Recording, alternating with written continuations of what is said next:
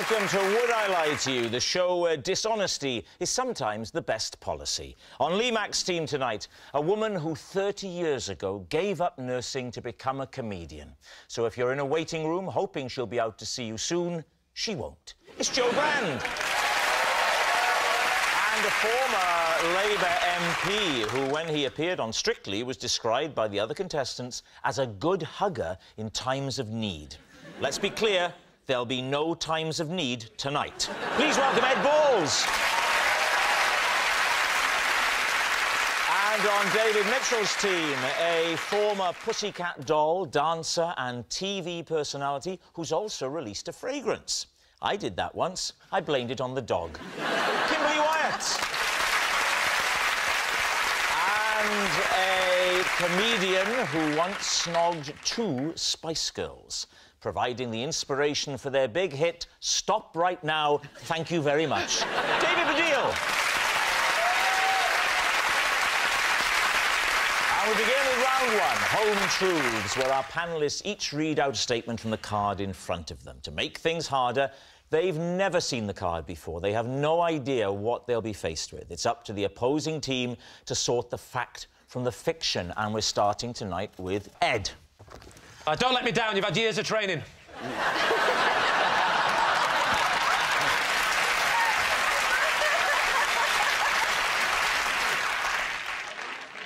I once negotiated the Home Office budget whilst crawling through a children's ball pit. Right. David. What was your job at that point? I was the economic advisor to the Chancellor to the Treasury, and so my job to sort out public spending. When you say negotiated it, who else was in the ball pit? I was the only person employed by the government in the ball pit, but I was on the phone to number 10 Downing Street to arguing about money. Do you have children? Yeah.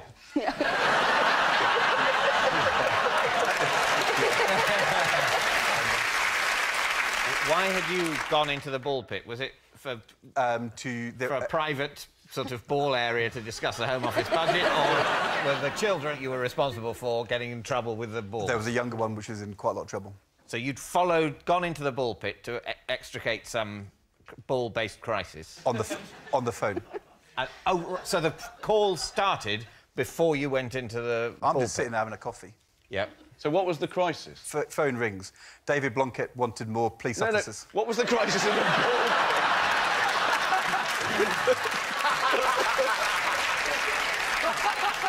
What was the political crisis? What was the problem in the ball pit that made you go in? Yeah. There was screaming and cries for help.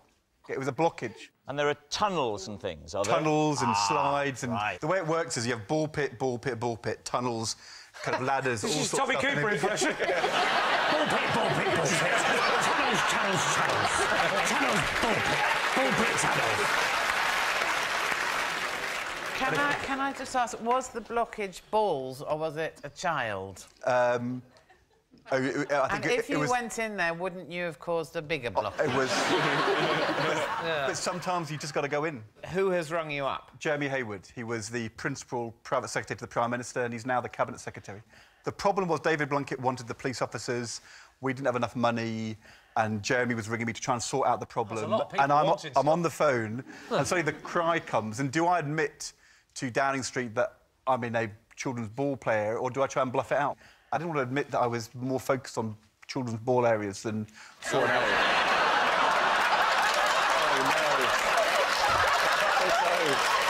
You're right about that, Ed. That wouldn't have helped. So let's go through the phone call. I will be the person. Who was the person that called you? Jeremy Hayward. Jeremy He's the Hayward. Cabinet Secretary of the country. OK, so and what sort of person is he? Give me something to work with. Nice guy. So he rings up and says, we've got a problem. No, Ed, you don't understand. I want the voice. Is he northern, southern, old, young? Sounds exactly like Tom Jones. Excellent. So listen. Where is he? Old, young, north, south? My age. Your age, quite old. He's north, south. At the time we were young. You were young. He's sort of southern, I would say. OK, Ed, we've got a real problem. Oh, look, he's working. So I'm like this. OK. And I'm talking to you, I'm saying, you know... I'll play a ball blockage. And then I'm saying... I'll be a child, I'm saying... Help! It's not clear. It's not clear its value. It's not clear. It's not clear its value for money. I'll tell you what, there's your publicity shot. So, Ed, how did this all resolve itself? Did we got the police officers in the end, but not the... Not that! Ed, we're not so concerned about we're worried about the children. The children. I mean, I'm wondering, do you still have access to them? Basically, I grabbed the legs and I pulled. Yeah? Pulled him out. Out he came. And was it your child? What do you think? Well, this is entirely possible. It is? Yeah. I think it's true. The only thing that makes me doubt it, really, is the coincidence of the balls at the location and the balls in Ed's surname. That's why you doubt it? That's why I doubt Really? it. Yes, because that's what makes it something that someone would have invented and written on a card to be read out for a television programme. What do you think, Kimberly? Does it sound truthful to you? There's a big part of me that does think it's true. Yes. Because I think that Ed Balls, every time he talks about things, the job comes first. Oh, always. So I could see him kind of going through the ball pit, making sure that this sort of came first, but still making sure, because he's a lovely guy, making sure the kids are okay. He's a great guy. You're the captain, but if your only quibble is the pun of balls and balls, then I think we should ignore that and move forward. I think it may be too late to ignore it. You both think it's true. We'll say true. You're going to say it's true. OK. Ed, truth or lie? It is, in fact, true. Yes, it's true. Ed did negotiate a Home Office budget whilst crawling through a ball pit. Kimberly, you're next. Okay. My ability to do the splits proved invaluable when my car broke down. Right. Wow. Please, team. To establish the facts, can you do the splits? Yes, I can. Well, here's an interesting thing, because may I you- be the first to say, Kimberly, that you... I mean, I'm taking a risk saying it, but are pregnant. I am pregnant. Thank God. We wouldn't ask you to do the splits now, obviously. If you wanted to see the splits, Not I whilst you're can't pregnant. do them. You could do the splits now, even though you're pregnant. Yeah. Let's What are see you, it. some kind of freak? Let's hold that for a I'm a minute. Let's hold that. dancer. For now, let's assume she can. Hang on. The whole nation now wants You're to see turning down the chance splits. to see a pregnant pussycat doll do the splits. Look, I can't believe Can it. you... It's not the whole nation. It's roughly half. that is so untrue. Okay, ready?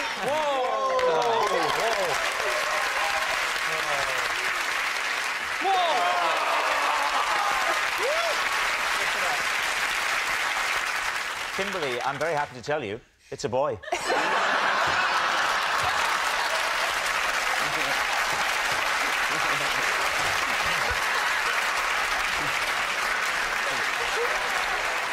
OK, let's assume that she can do the splits. She can do the She can do splits. the splits, but the card... Yeah, but the card doesn't say I can do the splits, does it? The card says...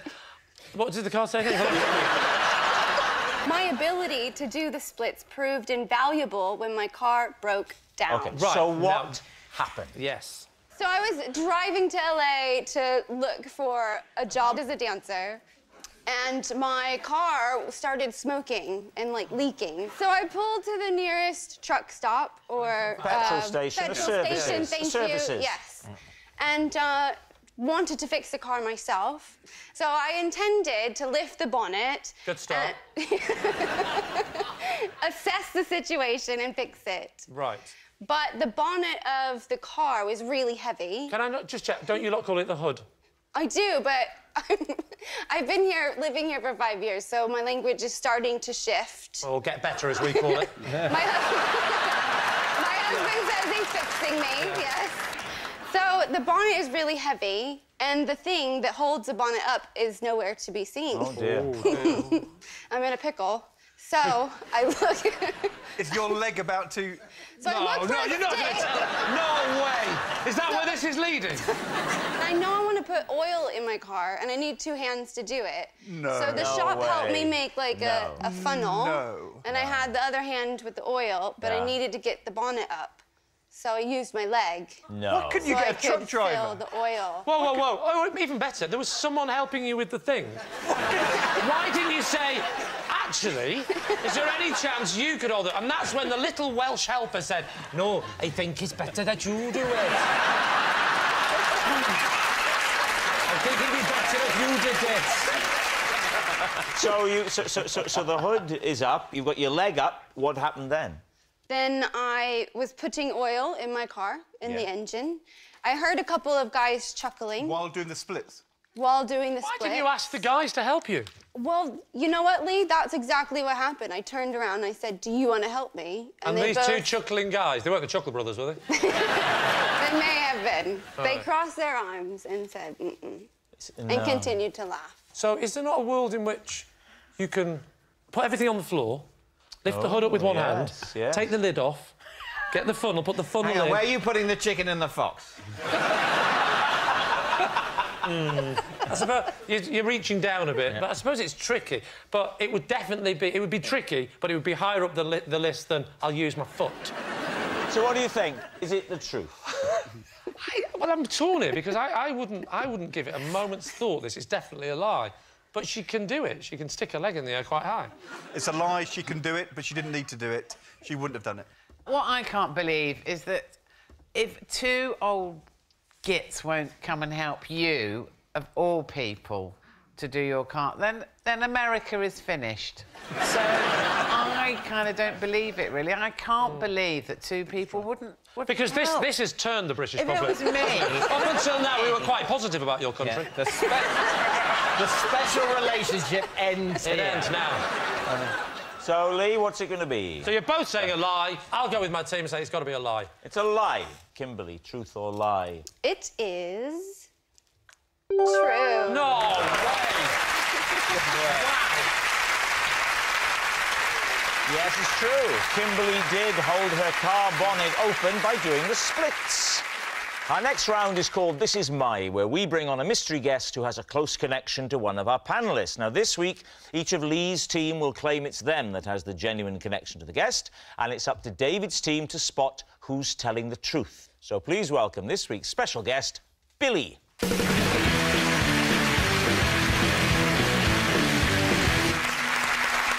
So, Ed, what is Billy to you? This is Billy, my karaoke partner. When I let rip as Lionel Richie, he was my Diana Ross. Right. Joe, how do you know Billy? This is my neighbour, Billy. I once stole his wheelie bin, then texted him instead of my husband to tell him what I'd done. Right. Finally, Lee, what is your relationship with Billy? This is Billy. He drives a barge. And once, whilst I was enjoying a view from a bridge, I accidentally dropped my ice cream on his head. There we have it. So, is Billy Ed's karaoke companion, Joe's dustbin donor, or Lee's sticky skipper? David's team, where do you want to begin? We'll start with Ed. What was the karaoke occasion? It was a event at the Labour Party conference in Manchester. What is Billy politically? He's involved in the trade union movement. Oh. All right. Oh. And did you know him before? Of course, yeah. And you were singing what song? Endless Love. Endless Love. OK. Can you do it now?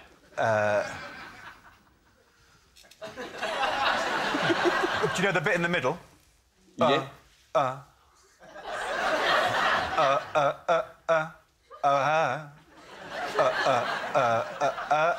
It's not the version of Endless Love I know. I'm going to be honest. Well, have you not heard the Morse code version before? You know it's a ballad, don't you, Endless Love? It's a slow ballad. You see, I don't know anything about music, as you know. I disapprove of it.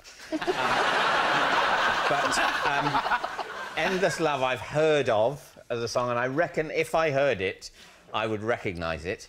That hasn't happened yet. And you said that you were Lionel Richie and that Billy was Diana Ross. It's a difficult leap to make, to picture Billy... I mean, he's not a natural Diana Ross, is he? No. We don't know what Billy sounds like. That's the great handicap. Or, indeed, what Diana Ross looks like off stage. But when you were doing this, how many people were there? About 250. And you sang in front of 250 people? Yeah. Goodness me, all right. And they call for more. More what? Drink. More drink. So this is like an evening event at the Labour Party conference? Yeah, in 2010. So who's there? Is it? It was at the end of the Labour leadership election campaign. Yeah. I didn't win the election, but we had the best end-of-campaign party by far. Well, that's the main thing, isn't it? Perhaps you'd expected... The thing is, you shouldn't start planning the end-of-campaign party too early. Maybe the more slapdash end-of-campaign parties are, ironically, at the end of the more focused campaign. All right, so who would you like to quiz next? Joe, he is your neighbour. Yeah. I've been to your house. Yeah. I never saw him. He was out with his mates, Stan and Fred. They were doing the Supremes that night. Why did you target Billy's bin? Because, actually, in the past, Billy had taken our bin. Oh. Had you been binless since Billy stole your bin? No, he swapped them over, because our bin's nicer than his. And on a couple of occasions... Because when the bin men come down the road, they don't always distribute them back outside the houses. That'd be like, so you have to go down the road looking for... And on a couple of occasions, I noticed he'd slid our bin into his drive. He'd swapped your bins, Yeah. and had you swapped them back? Yes. Yeah. So It was a chain reaction. And had you then... Brilliant. Brilliant. I know what Dave is going to ask. Why did I steal Billy's manky bin? Yes! Yeah. Just for the hell of it, for a joke. I just took it, right, and I hid it. Explain the text message thing. I didn't quite grasp that. Well, I meant to send a text to my husband saying, guess what? I've just stolen Billy's bin, so knickers to him. Sorry, Billy. And unfortunately, I sent it to him. Joe's husband is called Bernie, and he is called Billy. So it is possible that they are close on her phone. Oh. Yes, that's... Very good. That is... Very good. Are you friends with Billy? I thought you were going to say you're friends with Bernie. No, not really. Not anymore. Not anymore, no. I'm not too close to Bernie, but I'm a bit too close to Billy. And how did he react? Once you'd sent the text to him, did he respond to you? How did it go? Yeah, he texted back, I don't think this is meant for me. Right. I think here's the problem. I think Joe has definitely done this with someone in her neighbourhood. But is it Billy? Whereas... I don't know if it's him. Whereas Lee definitely hasn't dropped an ice cream on a barge. We know that. That's an assumption. No, and I'm very happy to spend up to 40 minutes of my life pointlessly discussing it.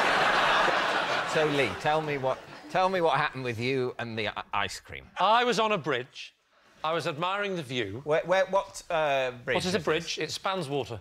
Yes, which Where bridge? is the bridge? The bridge was just over the water. Which water? The water under the bridge. Name the waterway. I was on Richmond Bridge, which was in... Oh, no, where is it? Well, anyway, I was on Richmond Bridge, and the water in question was, in fact, the River Severn. Was it... I'm not an idiot. You won't be able to get me, mate. River Thames. Yeah. A barge went past. Yeah. And you had an ice cream, so it was summer, was it? Might have been. You can get ice creams in the winter nowadays, you know. What sort of ice cream? Yeah. Like that one, but something in my hand. This is... So, yes, I was holding an ice cream. A cornet. Pardon? A cone or cornet, Yes. as they're called. Yeah, I was holding my ice cream. What flavour of ice cream? What flavour of ice cream? Your standard vanilla. OK. Standard vanilla. Standard vanilla, yeah. OK. That was a lovely Adamant song, wasn't it? You saw chain reaction! You did it! What events took place for the ice cream to fall out of your hand? I was leaning over the bridge. I'd done all the things you're supposed to do when an ice cream is melting. I told the little one to lick the edges. Yeah. Right? The little one? The little one, Rob. So I've got my cone. I'm looking over the edge of the bridge like that, and I'm looking at the water, I'm looking at the view, and I'm looking round. It's all very lovely. And I heard that noise you hear, that...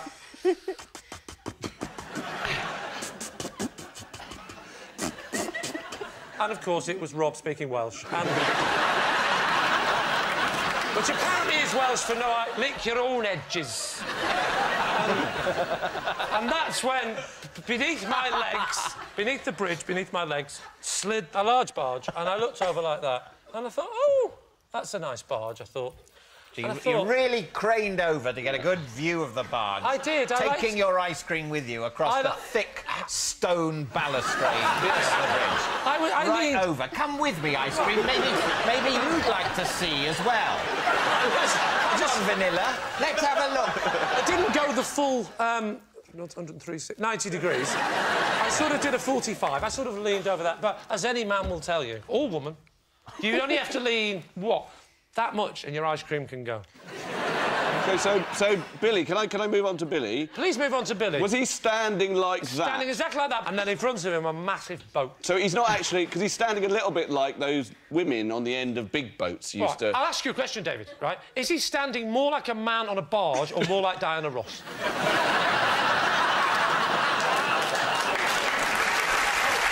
All right. We need an answer. So, David's team, is Billy Ed's karaoke companion, Joe's dustbin donor, or Lee's sticky skipper? Only in the Beano would an ice cream land on a bald man's head in that way. Yeah. Although, what do you think, Kimberly? I think it's between Joe and Ed. Right. Am I not getting a look in at all? No. Good, because even I was doubting it. I could see Ed and Billy arm in arm singing karaoke. I sort of think it's Joe, because I could believe that Joe would, you know, unnecessarily reignite some unpleasantness in her street. All right, so what are you going to say? It's a terrible, terrible story, but I'm afraid I think it's true. You're going for Joe? Joe. I think we are going with Joe. OK. Billy, would you please reveal your true identity? I am Billy, and I was the Diana Ross to my Lionel Richie. Yes. Billy really was Ed's karaoke companion, and it gets better. Oh, my gosh.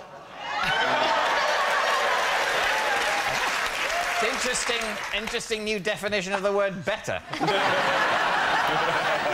Ladies and gentlemen, this is a treat. The lyrics are on the auto cue just there, OK? I can't see the words. Now listen. That's it. That's what we want. Right, I'm going to hold it for you, OK? Yeah. Music maestro, please. My love, there's only you in my life. The only thing that's right. This is your bit, Billy. This is your bit. My... Not yet. Oh. My love, your every breath I take, your every step I make. Ready, Ed? And I want to share all my love with you. You know I can do. Oh, you know I can do.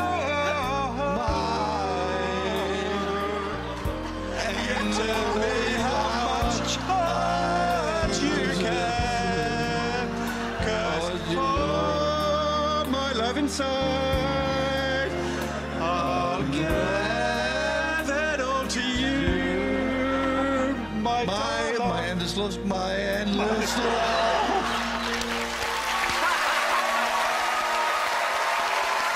What are we doing?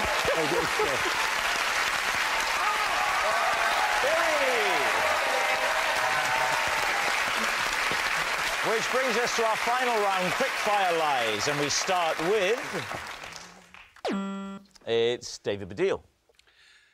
In a quest to improve my jawline, I once bought myself a chin gym. Please, team. Right. I think that's true.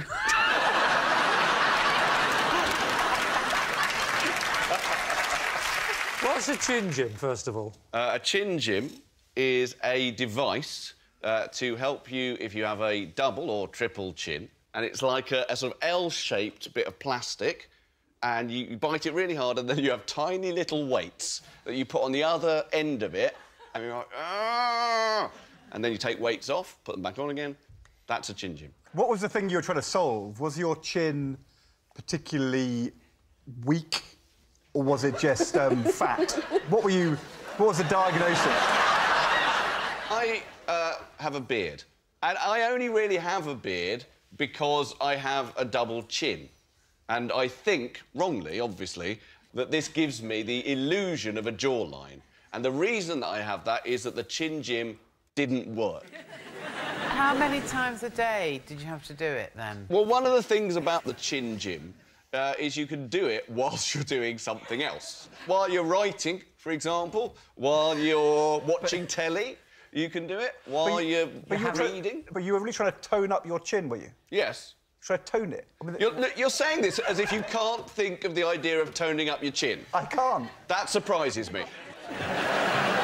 All you can do is build muscle up, can't you? There's no muscle in your chin. There's no muscle there. Yeah, there is muscle in your chin. Yes, there's muscles. There's muscles I know there's muscles everywhere, but I mean, jaw. this is all... I'm feeling this, and I'm feeling a lot of... Don't touch me, balls. I'm feeling... Don't touch me, balls.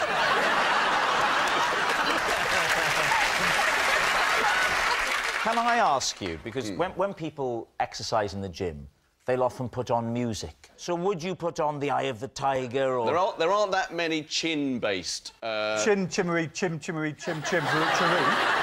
Good point, although you called it chimmery, which I think is wrong. Chimney. Chimney. It's not chin.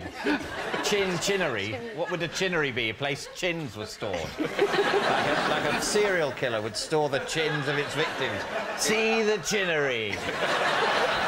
What kind of serial killer is that? A very eccentric serial killer. I only keep the chins. How long did you stick with it as a method? How long did you? Well, it was in my house for about 7 years, but I used it perhaps twice. Twice? So what do you think? Is he telling the truth? Well, I think it's true. You do? Oh. Yeah, I can imagine people being a bit desperate to get rid of their double chin and thinking... But the way he's described the contraption, I'm just thinking it's nothing that a ruler and a small can of beans wouldn't sort out. You're saying... Well, I think it could be true. Well, then let's say it's true, shall we, then? We'll go for true. All right. Preposterous, but true. David, the chin gym, truth or lie? It is... true. Yeah.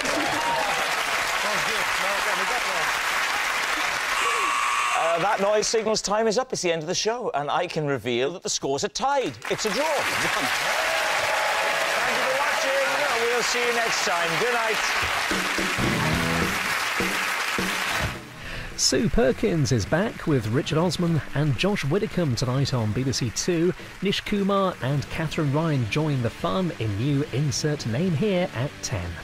And go online for new comedy slices from BBC Three with Sticky.